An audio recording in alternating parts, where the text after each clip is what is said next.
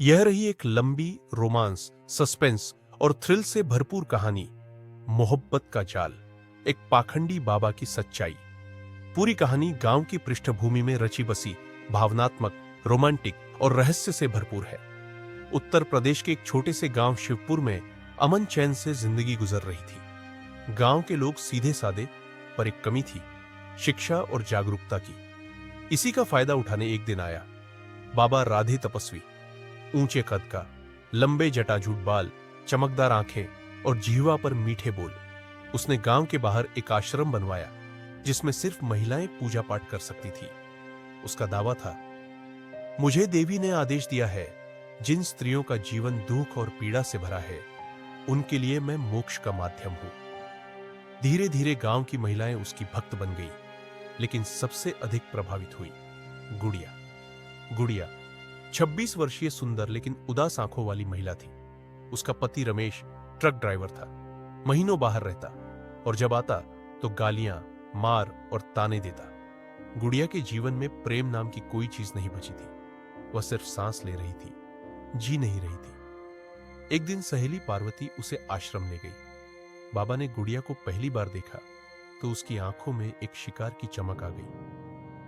बेटी, तुम्हारी आत्मा कराह रही है, आओ मैं तुम्हें शांत करूंगा, बाबा ने कहा। गुड़िया रोज बाबा के पास आने लगी। बाबा उसे रहस्यमयी पूजा सिखाने लगा। धीरे धीरे यह पूजा संसारिक बंधनों से मुक्ति के बहाने शारीरिक स्पर्शों तक पहुंच गई। गुड़िया को लगने लगा, कोई तो है जो मुझे महसूस करता है, अपनापन देता है।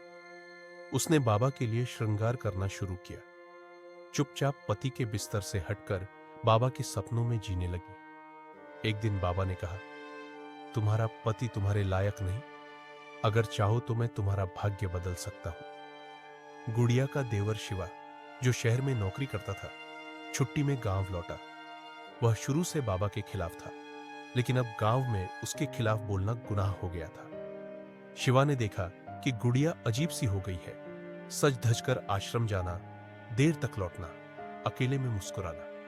उसने उसे टोका तो गुड़िया ने आंखों में आंसू लिए जवाब दिया, कम से कम कोई तो है जो मुझे अहमियत देता है। शिवा को बात चुप गई। शिवा ने बाबा के पुराने ठिकानों के बारे में जांच शुरू की। पता चला, इस बाबा का असली नाम विक्रम यादव है। पहले भी कई गांवों में रात्रि साधना, गुप्त पूजा के नाम पर महिलाओं को फंसाकर उनका फायदा उठाया। एक बार तो एक महिला ने आत्महत्या कर ली थी, लेकिन पैसे और डर की वजह से केस दब गया।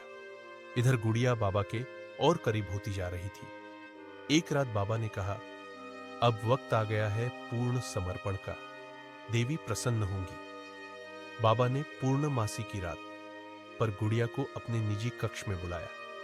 माहौल में अगरबत्तियां, धीमी रोशनी और मंत्रोच्चार था। बाबा ने उसे अलौकिक शक्ति देने का दावा किया। गुड़िया आंख बंद किए पूजा कर रही थी जब अचानक कमरे में धड़ाम की आवाज हुई। दरवाजा टूटा। कैमरा लिए शिवा, गांव के कुछ नौजवान और एक रिपोर्टर अंदर आए। बाबा की असलियत कैमरे में कैद हो गई। गुड़िया को बेहोशी की हालत में नशीली धूप सूंघाई जा रही थी। गांव वालों ने बाबा को पीटा, पुलिस आई और उसे जेल ले गई। शिवा ने गुड़िया को सहारा दिया। भाभी, तुम कमजोर नहीं हो, बस अकेली थी। गुड़िया ने कांपते स्वर में कहा, मैंने खुद को खो दिया था, तुम्हारा भरोसा ही मेरी असली पूजा थी। समय बीता। रमेश ने गुड़िया को तलाक दे दिया, लेकिन अब वह टूटी नहीं। शिवा उसका संबल बन चुका था। गांव में अब कोई बाबा नहीं आता, लेकिन एक नई शुरुआत की आवाजें जरूर गूंजती हैं। अंतिम संदेश, असली प्रेम वो नहीं जो आडंबर में मिले। असली प्रेम वो है जो विश्वास, सम्मान और सुरक्षा दे। मोहब्बत बाबा के जाल से नहीं, अपने आत्मबल से उभरती है।